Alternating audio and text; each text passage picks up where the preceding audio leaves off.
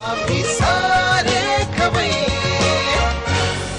सारे खवय्यामध्ये मी राणी गुणाची तुमचं स्वागत करते. तुम्हाला माहिती आहे आपण जगप्रसिद्ध अशा सोलापूरच्या दौऱ्यावरती आहोत. सोलापूरच्या बाजूलाच आंध्र येतं आणि त्यामुळे साहजिकच सोलापूरमध्ये तेलुगू लोकांची भरपूर वस्ती आहे. अशाच एका तेलुगू फॅमिलीकडे आपण आलो आहोत ज्यांचं नाव आहे ज्योती आवार. हाय ज्योती. हाय. कार्यक्रमात स्वागत. थँक्यू. बरं मला सांगा काय करता तुम्ही? किती वर्ष सोलापुरात? मूळच्या सोलापूरच्या? हा, मूळची सोलापूर. सोलापूरच्याच? मग आंध्रमध्ये तुमचं कोणी आहे का? नाही नाही, आंध्रमध्ये आमचं कोणी नाहीये. तुमचं कोणी नाही. तुम्ही म्हणजे खूपच वर्ष सोलापुरात आहात ना? अहो काय करता? ते डॉक्टर आहेत. डॉक्टर आहेत. आणि मग तुम्ही पण आहात मेडिसिन मध्ये का? नाही नाही, मी इन्शुरन्स LIC एजंट आहे. LIC agent. मग घरनं ऑपरेट करता येत असेल ना? तुम्ही घरी असाल. मार्केटिंग मध्ये वेळ मिळेल तसं मार्केटिंग करते. मार्केटिंग मध्ये. आणि आज तुम्ही आम्हाला आता हे तिन्ही पदार्थ आज शिकवते. नॉनव्हेज आहेत, व्हेज आहेत. तुम्ही व्हेजिटेरियन आहात? हो, प्युअर व्हेजिटेरियन. म्हणजे तिन्ही व्हेज. आज व्हेज एपिसोड आहे. तर कुठले आहेत तीन पदार्थ? आज आपण पहिल्यांदा बघणार आहोत स्टफ कारली, दुसरी रेसिपी आहे आळू टिक्की मसाला आणि तिसरी मूग मंचुरियन. अरे वा, मस्त. मग आधी सुरुवात आपण कशापासून करूया? स्टफ कारली. ओके, स्टफ कारली पासून सुरुवात करायची. तर व्यवस्थित आपण साहित्य लिहून घ्यायला सांगा प्रेक्षकांना. साहित्य घ्या. हे कारली, ह्याच्यातलं गर काढून घ्यायचं कारली. आणि हे शेंगदाण्याचं कूट, हे तिळकूट, मीठ, चवीला थोडस गुळ, लिंबाचा रस, गोडा मसाला, हळद, लाल मिरची पावडर, आलं लसूण कोथिंबीर पेस्ट आणि तेल. साहित्य आपण बघितलं काय काय घेतलं ते. आणि आता मला वाटतं सारण आपण आधी करायचं ना? हो.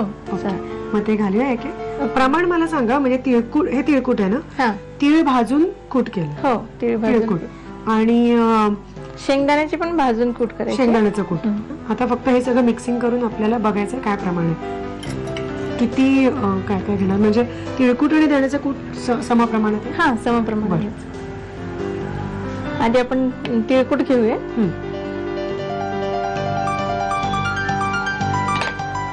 आता शेंगदाण्याचं कूट घेऊया.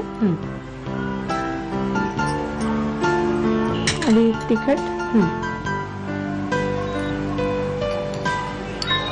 मसाला आहे त्याच्यात. गरम मसाला, कांदा लसूण सगळंच आहे? हो, सगळंच. म्हणजे अगदीच तुम्हाला नाही मिळाला कुठला मसाला तर मग तुमच्याकडचा गरम मसाला, थोडासा कांदा लसूण आणि लाल तिखट. हळद पाव टीस्पून घालायचं. मीठ चवीनुसार. गुळ.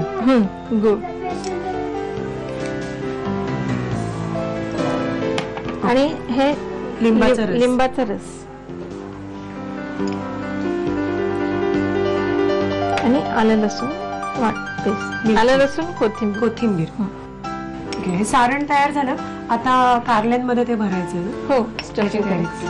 कारली आपण घेतलेली आहेत आणि तुम्ही बघताय ती स्कूप करून घेतलेत. म्हणजे आतून बियांचा जो भाग असतो तर तो पूर्ण खरवडून काढलाय. गर असतो कारल्यामध्ये, तोही खरवडून काढलाय. तो जास्ती कडवट असतो म्हणजे बिया आणि हे. बरं, दुसरं मला असं विचारायचं की आणखीन याला काही तुम्ही मीठ लावून वगैरे मिठाच्या पाण्यात ठेवलं होतं? जेव्हा आपण कापतो ना तेव्हा मिठाच्या पाण्यात टाकायचं. म्हणजे हे असंच तुम्ही मिठाच्या पाण्यात टाकलं? हो. किती वेळ? एक 10 ते 15 मिनिट. 10-15 मिनिट. त्याच्याने सुद्धा जो कडवटपणा असतो तो कमी होतो.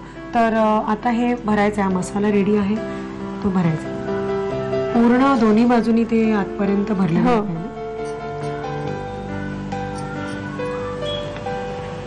कारली आलेली आहेत भरून. आणि तेल आपण घेतलेलं आहे. आपल्याला शॅलो फ्राय करायचे कारली. तेल असं तापलं की हे सगळे असे तेलात सोडून. आणि आपण वरतून एक ताट झाकून ना, ताटावर पाणी टाकणार. खोलगट ताट तुम्हाला घ्यायला लागेल. आणि त्याचं जे मॉइश्चर तयार होईल आतमध्ये पाण्यामुळे, त्याच्यावरती ते शिजणार आहे. ही तशी सुकी भाजी होणार आहे, रस भाजी नाहीये, सुकी भाजी आहे. पण एखादी कुठली तरी अति चमचमीत भाजी असेल तर त्याच्या बाजूला ही भाजी असायला काहीच हरकत नाही. नक्की हे करा. आणि त्याच्यासाठी साहित्य कृती काय काय आम्ही केले. स्टफ्ड कारली बनवण्यासाठी लागणारं साहित्य: साल आणि आतला गर काढून मिठाच्या पाण्यात ठेवलेले कारल्याचे तुकडे, शेंगदाण्याचं कूट, तिळाचं कूट, मीठ, गुळ, लिंबाचा रस, गोडा मसाला, हळद, तिखट, कोथिंबीर, आलं लसूण पेस्ट आणि तेल. कृती: एका बाउलमध्ये तिळकूट घेऊन त्यामध्ये समप्रमाणात शेंगदाण्याचं कूट, तिखट, गोडा मसाला, हळद, मीठ, गूळ, लिंबाचा रस आणि आलं लसूण कोथिंबीर पेस्ट घालून सारण एकजीव करून घ्यावं. हे सारण कारल्याच्या गर काढलेल्या तुकड्यांमध्ये भरावं आणि पॅन मध्ये तेल गरम करून मंद आचेवर स्टफ्ड कारलं शिजवून घ्यावं.